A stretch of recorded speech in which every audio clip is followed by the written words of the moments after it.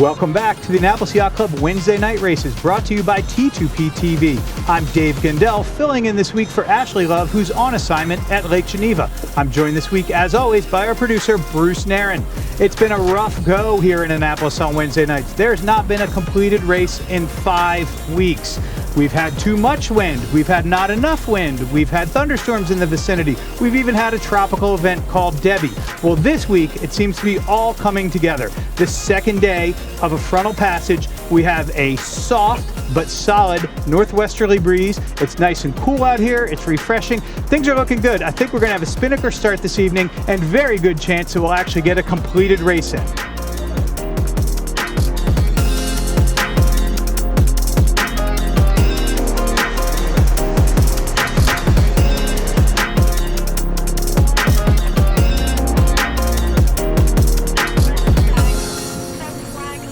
First start this evening, as always, ORC1, a nice downwind start in flat water. The crew of Dark Storm, J121, with the first filled spinnaker. Just off their stern, the crew of Mademoiselle, J122, with the second filled spinnaker of the start. These two have been battling it out all season. The ORC2 start, the next start of the evening. Again, spinnakers out the river.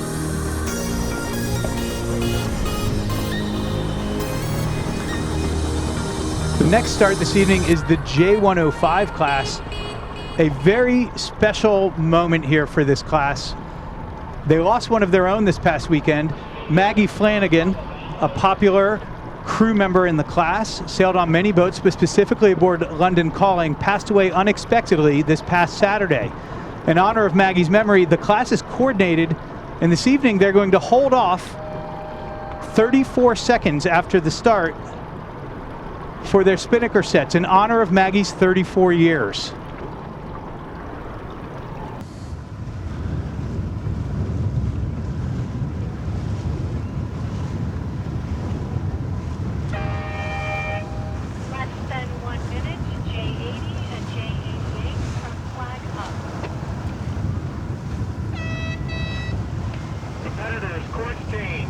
Course change going forward will be alpha to reverse for the J80s and J88.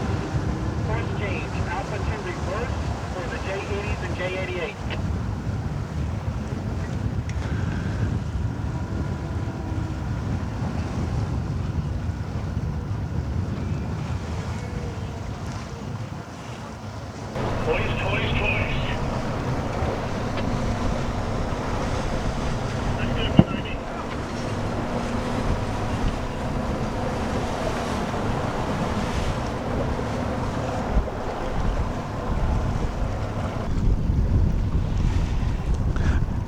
A very special tribute this evening for a very special sailor, Maggie Flanigan. 34 seconds, hold off on the hoist in honor of her 34 years.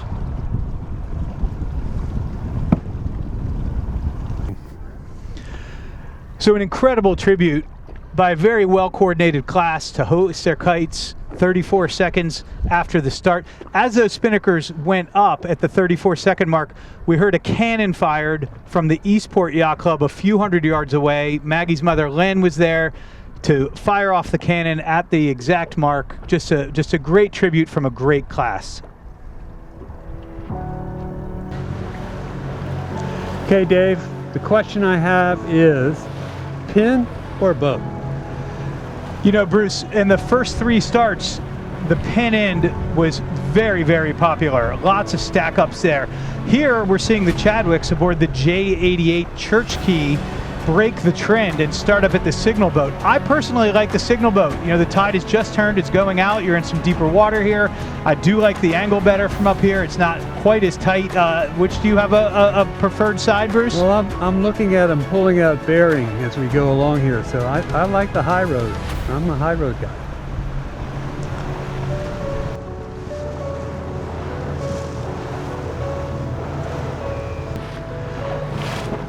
As we make our way out the river towards the bay with the J88 and J80 classes, as expected, the breeze is softening a little bit as you make your way out the river. It doesn't funnel quite as much here as things open up towards the bay, and it's getting a bit softer. We're seeing some crew begin to sit legs in and even a few to leeward. Not going to peter out on this, is it?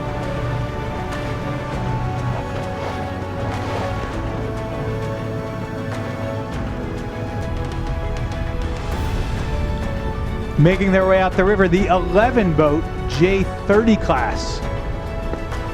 Still a very solid breeze for these guys. They're making their way out at speed. You know, I'm very impressed. This class continues, you know, decades it's been involved in racing here, and we still have 11 boats out on Wednesday nights. Very competitive racing. If you like a symmetric spinnaker and a one design start, this J30 class continues to impress.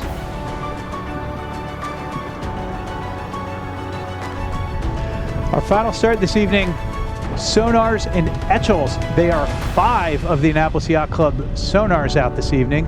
Another symmetric spinnaker one design class. Enjoying this fresh northwesterly breeze.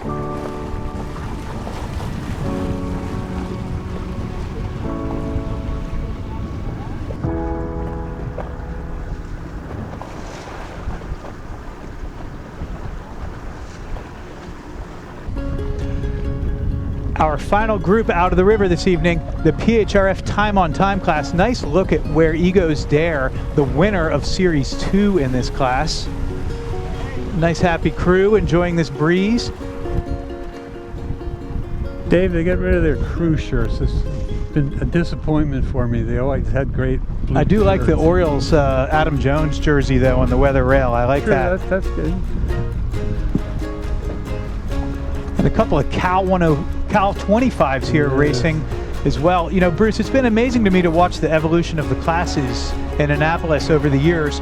You know, you've had the stalwart classes out here year after year, still a handful of Cal 25s. We just saw a great J30 class, but PHRF was king here for so long, and tonight we only have half a dozen PHRF boats out here. It seems that the fleet has rotated into ORC and one design. And speaking of stalwart classes and boats in Annapolis, the Allberg 30 class has been going here for decades. Nice look at Skybird, a superbly sailed Allberg 30. They actually won this class the last time the Wednesday night races were held. It seems like a long time ago. It's been 4 weeks since we've had a completed race. Skybird was at the top when they did.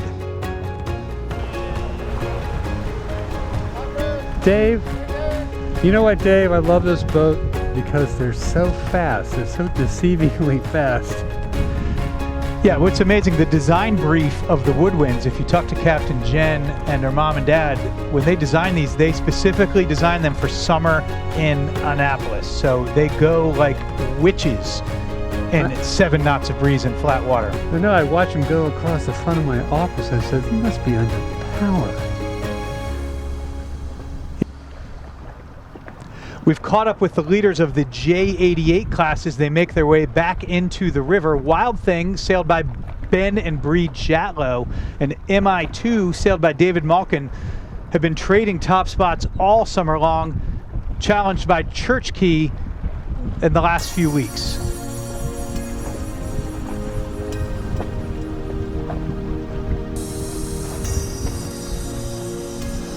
The J80 Snowstorm not far behind the J88s. Again, looking nice and focused this evening, just enough breeze to get hiking, but definitely some holes out here too.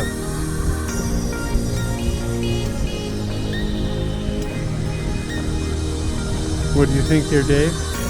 I like the dark storm's looking good, and I'm sure they have a depth sounder in there, but things get kind of thin in there by the towers, Bruce. I've bumped in there before on a boat, not nearly as deep as Dark Storm, but they've got a depth sounder, and they are great sailors. And I think Kenny's been around the block before. Yeah, I think they're good to go, but I like their look in there, Bruce. They seem to have all sorts of heat.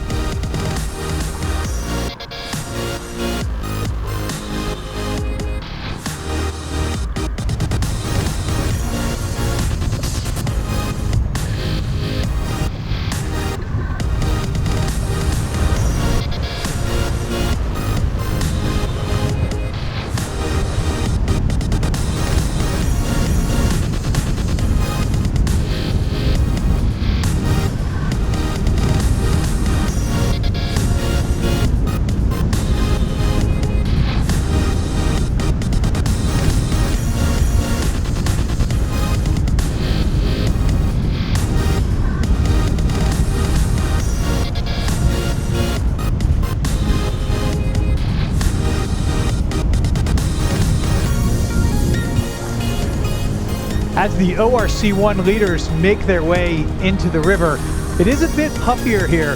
The breeze in this breeze direction really funnels out the river, and you do see some bigger puffs. I've actually seen the biggest puffs of the night here in the last 5 or 6 minutes in the river. Stayed nice flat water. There's not a lot of fetch to build up waves, but plenty of breeze. Up in Spa Creek, first to finish tonight in the ORC1 class, Dark Storm J121, sailed by Ken and Jen Comerford. A spectacular night in Annapolis for the Wednesday night races. After a number of frustrating weeks, we got in a wonderful race this evening. It was a very special night as well for the J105 class, who honored one of their own, Maggie Flanigan, a very special tribute off the starting line in honor of a very special sailor. Unbelievably, tonight is the second to last Wednesday night race of the 2024 season. It all wraps up next week. On behalf of the Boatyard Bar and Grill and the Annapolis Yacht Club, I'm Dave Gindel from T2P TV. Thanks for watching.